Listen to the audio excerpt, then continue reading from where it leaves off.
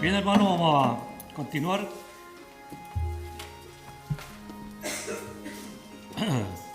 con la prédica de hoy, que viene el hermano invitado hoy día a predicar, es hermano Jorge Muñoz.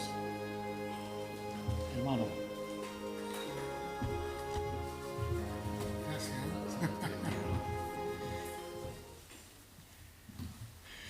Hola hermano, ¿cómo están? Ustedes pensarán qué hace este gallo aquí en vez de la cámara por acá. Pero bueno, me pasó lo mismo que a Tito, po. Me mandaron. Y cuando a uno Dios le pone una misión, tiene que cumplirla.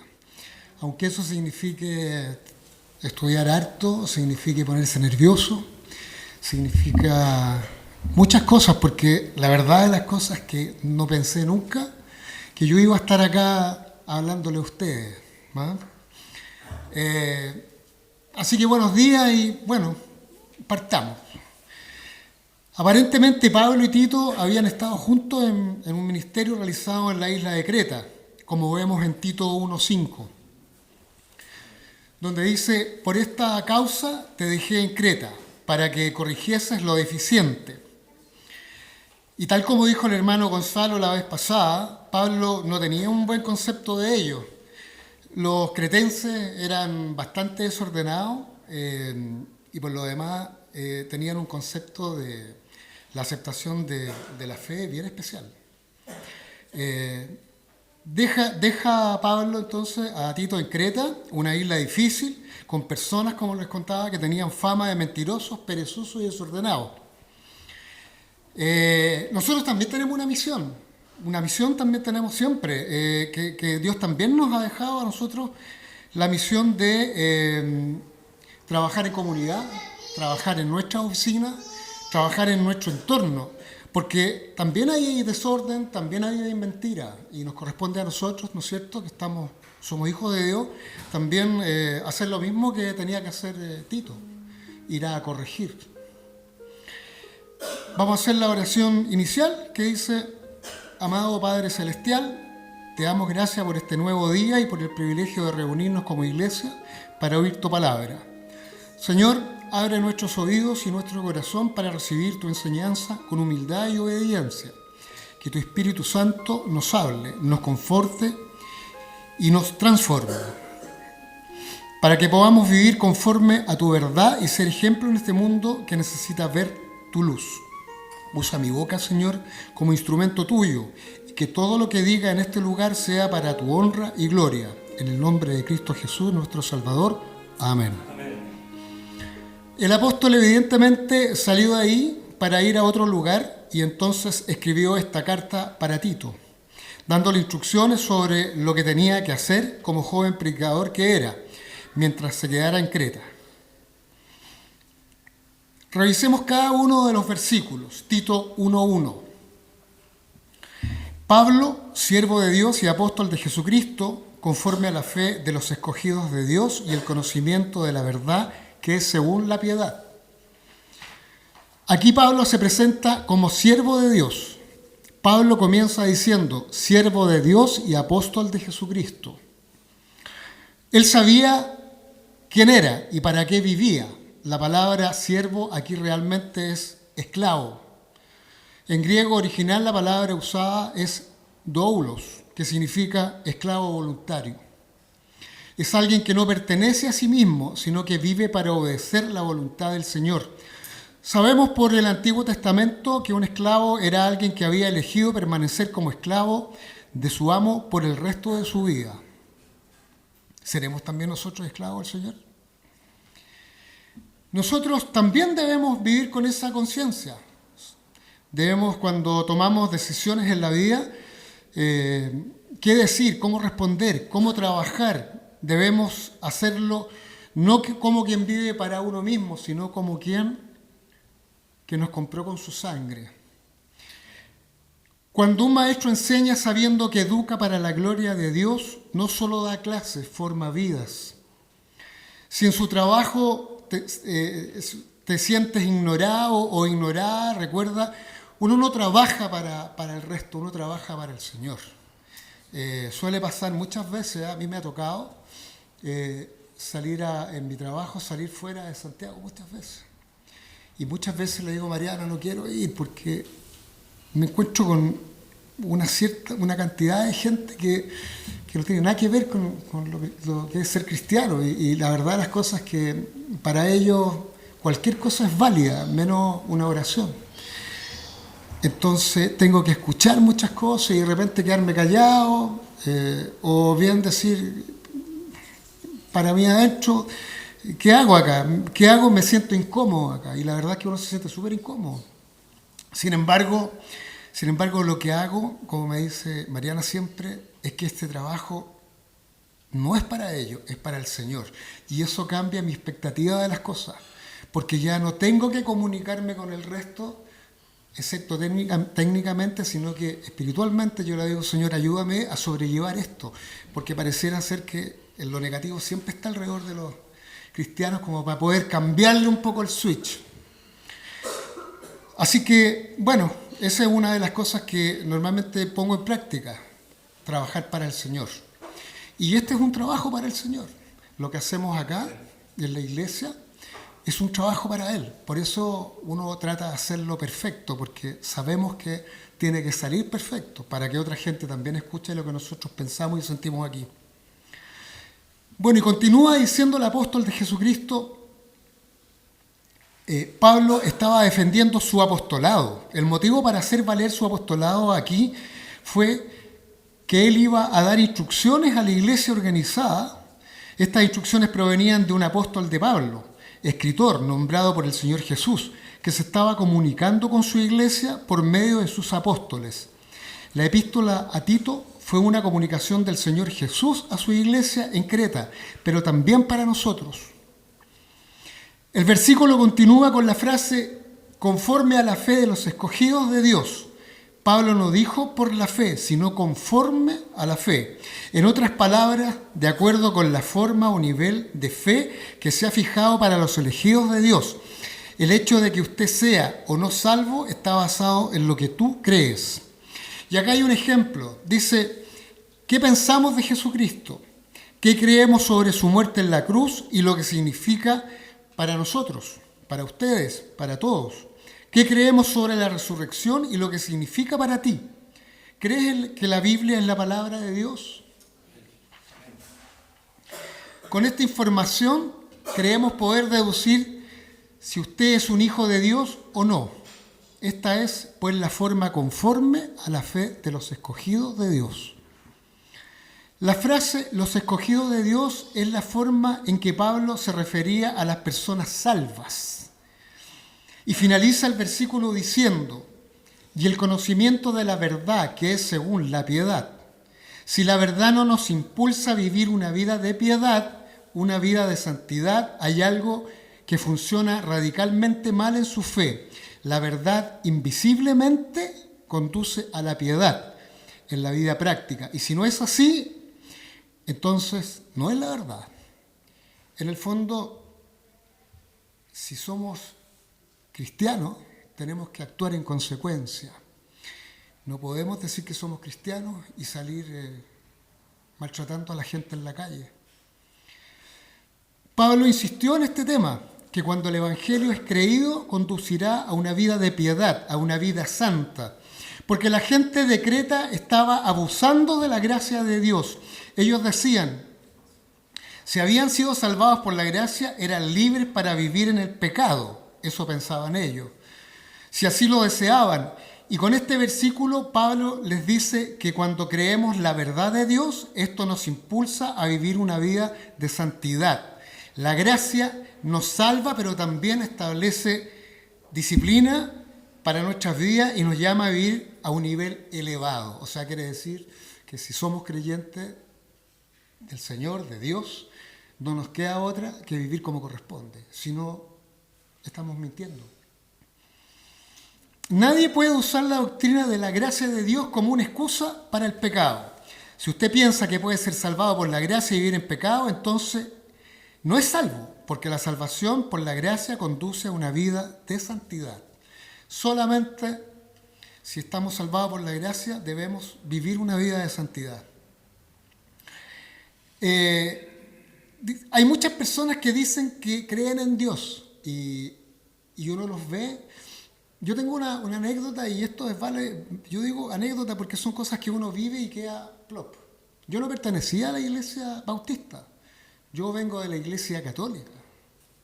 Y la iglesia católica también tiene su forma de hacer las cosas, yo no la respeto. Pero yo iba a una iglesia por aquí cerca, una iglesia católica muy cerca de acá, y me acuerdo que muchas veces llevé a mi hija también, y cuando llegábamos había un señor en la puerta que tenía esta actitud, siempre sus manos así, y miraba de costado, a todo el mundo saludaba, y yo cuando lo miraba me imaginaba una persona muy buena, una persona santa, ¿ah? Cuando se hacían las canciones, cuando él se paraba, cuando era el diezmo y todas estas cosas que se van llevando a cabo en la iglesia, él siempre estaba con sus manos así y miraba hacia el cielo. Entonces yo veía en su actitud una persona realmente buena, confiable. Sin embargo, un día salgo de ahí con mi hija también y sin querer tomé mal una calle y me metí contra el tránsito.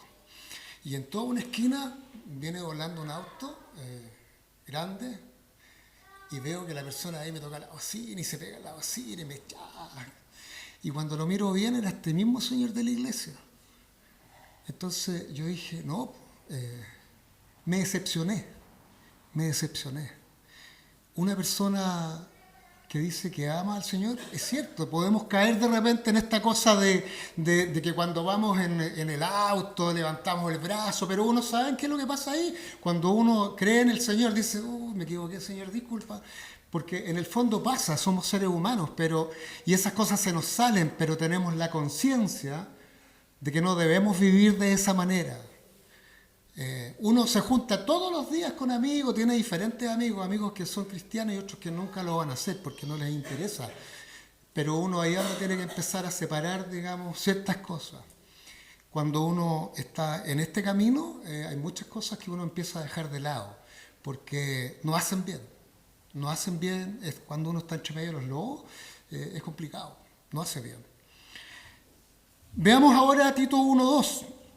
Dice, en la esperanza de la vida eterna, la cual Dios, que no miente, prometió desde antes del principio de los siglos. La idea aquí es descansar en la esperanza de la vida eterna. Veremos que Pablo habló de la gracia en 3 tiempos. En Tito 2, 11, 13, dice, porque la gracia de Dios se ha manifestado para la salvación a todos los hombres. Se ha manifestado, Dios nos habla en pasado, enseñándonos que, renunciando a la impiedad y a los deseos mundanos, vivamos en este siglo sobria, justa y piadosamente, enseñándonos. Nos habla del presente. Aguardando la esperanza bienaventurada y la manifestación gloriosa de nuestro gran Dios y Salvador Jesucristo. Aguardando la esperanza, nos habla del futuro.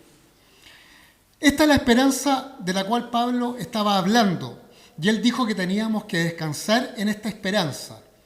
Dice así el versículo Tito 1:2, Dios que no miente. Esta esperanza fue prometida por Dios que no puede mentir. Por lo tanto, lo que él diga es y va a ser así. En Romanos 3:4, Pablo escribió, de ninguna manera antes bien sea Dios veraz y todo hombre mentiroso. Creemos a veces nosotros los creyentes, casi hacemos de Dios un mentiroso por la forma en que vivimos. Decimos que creemos algo cuando en realidad no lo creemos y actuamos y nos comportamos como si no lo creyéramos. Pablo dijo que Dios no puede mentir. Él no puede mentir debido a su naturaleza. No es porque le resulte imposible hacerlo, es por su naturaleza. Es que Él es verdadero para sí mismo. Él es santo, Él es justo y nunca engaña. Es alguien en quien podemos confiar. Qué poderosa declaración. Dios no miente. El mundo está lleno de promesas rotas, de gente que miente. Nosotros tenemos un ejemplo, sin abundar en el tema, pero uno siempre que hay un cambio electoral, uno escucha a los candidatos del partido que sea, y todos prometen salud, seguridad, prometen que todo va a cambiar, pero prometen porque necesitan votos, no porque vaya a ser así. Dios es el único que puede prometer que las cosas van a cambiar, porque van a ser así. Entonces, la verdad es que estamos llenos de promesas rotas, de promesas incumplidas, y eso nos lleva también a todos nosotros a sentirnos cada día más mal, porque vemos que alrededor nuestro la gente que debería apoyarnos como ciudadanos, como parte de un lugar específico, de un país y todo, no cumple esas promesas. Y hay promesas también rotas en otro tipo de cosas, no solamente en eso, en el trabajo también hay promesas rotas. Cuando le dicen a alguien, no te preocupes, quédate, este sueldo va a ser por un mes, y posteriormente nunca más se vio la realidad, nunca más hubo nada especial. Así que sí, estamos llenos de promesas rotas, pero la única verdad es la que Dios nos manda en la Biblia. Eso sí es verdad, en eso podemos estar absolutamente confiados. Luego Pablo continúa el versículo Tito 1:2, diciendo: desde antes del principio de los siglos, o sea que esta promesa fue hecha allá en la eternidad. Continuemos entonces leyendo el versículo 3. Tito 1:3. Y a su debido tiempo manifestó su palabra por medio de la predicación que me fue encomendada, por mandato de Dios nuestro Salvador. Aquí a su debido tiempo significa que el momento apropiado dentro de sus planes, en el momento adecuado dentro de sus planes, Dios actúa de manera ordenada en todo lo que hace. Es por eso que Dios hace que el árbol dé su fruto en la primavera, y esos hermosos brotes no saldrán cuando caigan los primeros copos de nieve. El fruto espera hasta que llegue la primavera. Así de correcta es la palabra del Señor. Cada cosa tiene su tiempo y eso se respeta. Y así la frase se completa diciendo en Tito 1:3, y a su debido tiempo manifestó su palabra por medio de la predicación. La palabra aquí se traduce como predicador. La palabra que se traduce como predicador proviene del griego kerux, que significa heraldo o trompeta, y una trompeta se utilizaba en aquellos días para hacer una proclamación, un anuncio. Si algún gobernante tenía que comunicar alguna proclamación, salía un trompetista, hacía sonar la trompeta, entonces se efectuaba el anuncio. Y esta es la idea que expresa aquí. Pablo estaba diciendo que Dios en el momento correcto y oportuno manifestó su palabra por medio de una proclamación. Y después añadió que se había encomendado proclamar la palabra por mandato de Dios nuestro Salvador, y continuó diciendo en el versículo 4 de este primer capítulo, 1:4, Tito, verdadero hijo en la común fe, gracias, misericordia y paz de Dios Padre y del Señor Jesucristo nuestro Salvador. Aquí dice que Tito era verdadero hijo de Dios. Pablo había conducido a Tito a un conocimiento salvador del Señor Jesucristo. Tito era el hijo espiritual de Pablo. Y continúa diciendo en la común fe. La fe común era la fe compartida por toda la fe de los creyentes que los creyentes debían tener. Una fe viva en el Señor Jesucristo. Pablo no va a Tito como un empleado subordinado, sino como un hijo en la fe, como un hijo espiritual. Comparten una fe en común. Él nos enseña que la iglesia no es solo una instrucción, es una familia espiritual. Y por eso nos apoyamos también nosotros en las buenas y en las malas, en las alegrías, y compartimos momentos alegres y momentos tristes. Luego le dijo a Tito, en gracia, misericordia y paz de Dios Padre y del Señor Jesucristo, nuestro Salvador. La gracia de Dios había aparecido y por lo tanto Dios extiende una misericordia hacia nosotros hoy. Yo no sé ustedes, pero creo que nosotros necesitamos usar mucho de la misericordia de Dios y nos sentimos agradecidos porque Él es bueno con nosotros y nos trata según nuestra terquedad y desobediencia. Dios nos conoce a cada uno de nosotros, así que no podemos mentirlo. Así que Él siempre nos va a tratar de la forma que Él sabe que somos. Somos algunos desobedientes, somos algunos más tercos, nos cuesta aprender más rápido, me sumo. Él simplemente ha sido bondadoso con nosotros y la paz es la posesión presente del creyente. Pero también hay una paz que vendrá cuando venga el príncipe de paz. Y todo ello proviene de Dios, Padre, y del Señor Jesucristo, nuestro Salvador. Llegamos ahora a la primera subdivisión de este capítulo, que hemos titulado Una iglesia ordenada debe tener ancianos reconocidos que cumplan con los requisitos prescritos. Este título pertenece a una sección muy importante de la Biblia, que se extiende desde el versículo 5 al 9. Leamos entonces el versículo 5 de este primer capítulo. Por esta causa te dejé en Creta, para que corrigieses lo deficiente y establecieses ancianos en cada ciudad, así como yo te mandé.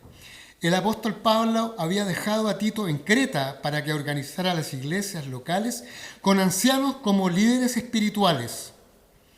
Ahora, en primer lugar, queremos considerar esta isla de Creta, que la isla de Creta es una de las islas más grandes del mar Mediterráneo. Había mucho de mitología y de tradición relacionada con esta isla, como es también el caso de todas las islas griegas. Según la tradición, fue Minos. Minos era el rey de la mitología griega, que se le consideraba un rey.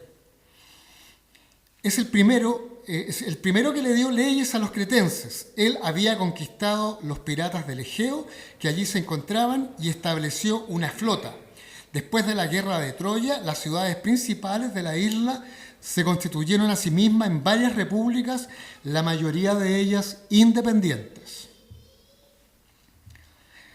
Creta fue anexada al Imperio Romano en el año 67 a.C. Estas ciudades principales eran Cronos, Sidonia y Gortina, y aparentemente había iglesias en todos los lugares.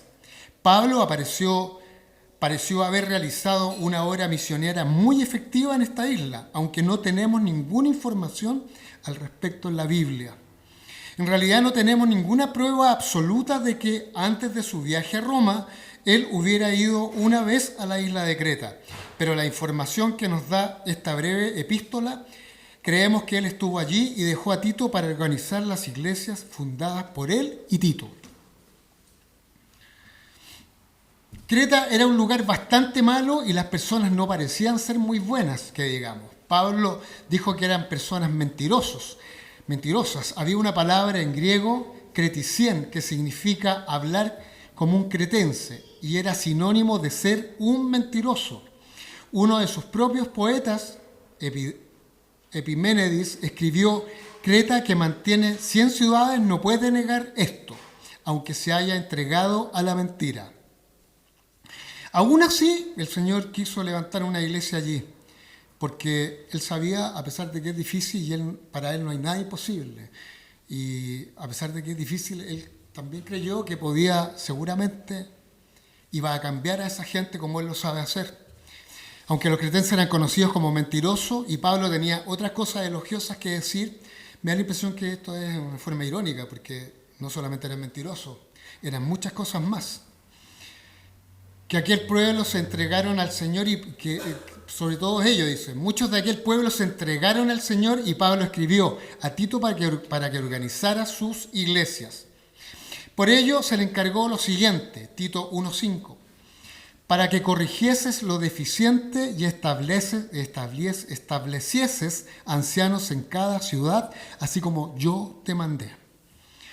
El don de un anciano es un don de hombre a la iglesia. El mero hecho de colocar las manos sobre la cabeza de algunos hombres o por cumplir algún rito no los convertía en ancianos, pero creemos que es importante hacerlo con hombres que tienen el don de ancianos. Creemos que las iglesias en Creta tenían ancianos, pero ellos nunca habían sido reconocidos oficialmente o separados para este ministerio. Eran hombres que tenían el don de supervisar las iglesias y estaban ejercitando ese don sin tener la autoridad para ello. Tito tenía que nombrar algunos ancianos estableciéndose en cada ciudad. Y Pablo agregó, así como yo te mandé, tienes, es decir, que Tito recibió un mandato de Pablo de nombrar ancianos en aquellas ciudades. Un hombre que ejerce el oficio o ministerio de un anciano debería tener el don para ser anciano. Hay ciertas personas que son nombradas para cargos en las iglesias y que no tienen el don absoluto, el don para desempeñar esas responsabilidades. Ese podría ser un problema en muchas congregaciones en la actualidad. Y esa sería la mitad del problema. Y la otra mitad sería que hay hombres buenos que tienen el don y no son nombrados para ejercer esa responsabilidad en la iglesia. Y como resultado, algunas iglesias no están siendo dirigidas por las personas adecuadas, por lo cual pueden surgir toda clase de problemas. Ahora Pablo presenta los requisitos que deberían tener los hombres para ejercer ese cargo. Leamos el versículo 6. 1:6 dice, que fuere irreprensible, marido de una sola mujer y que tenga hijos creyentes que no estén acusados de disolución ni de rebeldía. Comenzó diciendo irreprensibles, irreprensible, irreprochable. No quiere decir que esa persona sea perfecta, sin pecado. Significa que cualquier acusación que pueda hacerse contra ella no sea cierta. Su vida debe ser intachable. Hay muchas personas que son acusadas de algo y en realidad de repente no es cierto. Son situaciones a lo mejor por envidia, porque tienen algo contra él, pero hay mucha gente acusada falsamente de algo, lo que no significa que sea verdad. Cuando alguien puede señalar a un cargo de la iglesia y acusarlo acertadamente de deshonestidad, entonces la causa de Cristo es perjudicada y tal persona no debería continuar en ese ministerio en la iglesia. Claro, por otra parte está el hecho de que si acusan a una persona que está en la iglesia, y cuando habla de esto está hablando de los pastores, está hablando de la gente, digamos, que lleva la carga de la iglesia fuerte. Si eso es verdad, bueno, lo hemos visto en la iglesia, en otra iglesia, en la iglesia católica, durante un tiempo bastante largo. Y se comprobó que era así, entonces no podían estar en la iglesia. También agrega marido de una sola mujer y que tenga hijos creyentes. Lo de ser marido de una sola mujer se entiende perfectamente bien. Y obviamente que tenga también la intención de por lo menos criar a sus hijos también en un ámbito religioso y por lo menos invitarlos a la iglesia, a pedir que los acompañen. Aquí tenemos un caso bien especial. Tenemos a Mario que viene con su hijita. Ella seguramente no entiende mucho, pero el hecho de que ya esté acá ya y que vea nuestro comportamiento hace que eso sea muy productivo. Los niños desde pequeños se van acostumbrando a ese tipo de cosas. Y aunque uno pasa de repente por periodos en que se aleja, uno sabe conscientemente que no es, que está de paso fuera, vuelve a su rebaño. Y finalizó diciendo que no estén acusados de disolución ni de rebeldía. O sea que no pueden ser acusados de libertinaje, llevar una vida de vicios, costumbres relajadas. En cambio, deberían preocuparse en vivir una vida que traiga honra y gloria al Señor Jesús y proclamar su palabra. Y en el versículo 7 agrega,